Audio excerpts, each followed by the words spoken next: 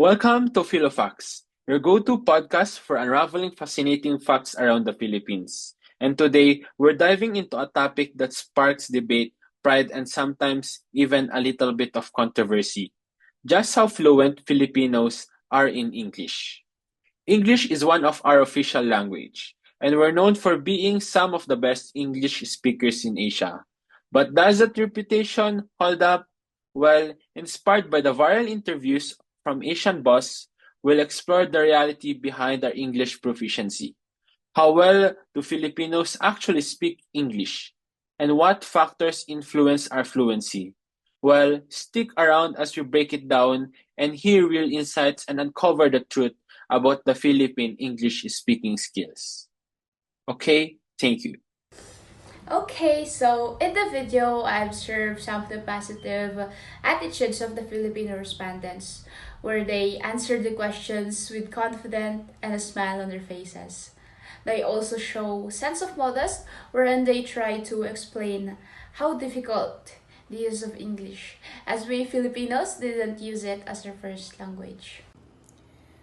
As for the negative attitudes of Filipinos when it comes to English, is that there is a misconception that speaking English is associated with intelligence or wealth, making them feel inferior or uncomfortable.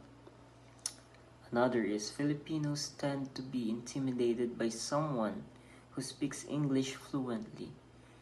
On the other hand, it may be perceived as arrogance or smugness for other people since they are not familiar with the tone, letters, accent of the language. So in the video, I noticed two notable behaviors, that is their kinesics and chronamics. When we say kinesics, that is their body language, and chronomics, that is your use of time in communication. So in the video, I noticed that the participants, in terms of their kinesics, they avoid eye contact. Maybe they're nervous because it's an interview, of course, maybe public speaking. They're a little bit nervous in terms of the interview, so they avoid eye contact. And another thing that I noticed in the kinesics was that they like using expressive hand movements or like facial expression, I guess, to put more feelings into what the words they were saying in English. Yeah. And for chronamics, use of time in communication, I noticed that their spacing was a little bit slow. It's like they have to think what words will come out next, rather than for a fluent speaker who speaks in a steady, natural pace. They were more speaking like thinking what should be the next words. So yeah, their spacing was slow, and their kinesics, they avoid eye contact. In conclusion, in the Philippines, we speak Taglish rather than just pure English.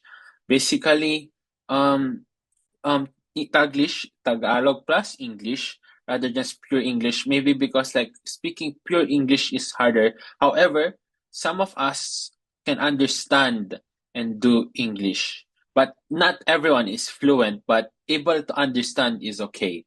Yeah, which I think is very good. And there was one thing, especially the generation today, it's harder for them to teach them the Tagalog rather than to teach them English, which shows that English really is a language that is now being used more often compared to back then. Yeah. And some of them says that whether English may replace our current language, well, yes, that would be a sad thing because some of them said, as like they said, the culture, it will be gone, and it's our duty to like preserve that culture. So basically the Tagalog. Um, yeah, which I think is also very unfortunate, but I think it won't happen. Yeah, not really that soon. Well, it depends on the next generation because our generation and the millennial generation for sure still knows how to speak Tagalog or Taglish. But yeah, in short, in conclusion, yeah, English is a good, very powerful language. Um, but does that mean that we need to learn English just for to communicate? Yeah, no, not really. Sometimes it takes more than language to communicate, but yeah, knowing English is a nice thing to know, especially when you're gonna travel a lot in like English country places to help you communicate with other people. So yeah, that's it. Thank you for listening to this podcast, FiloFacts. Thank you.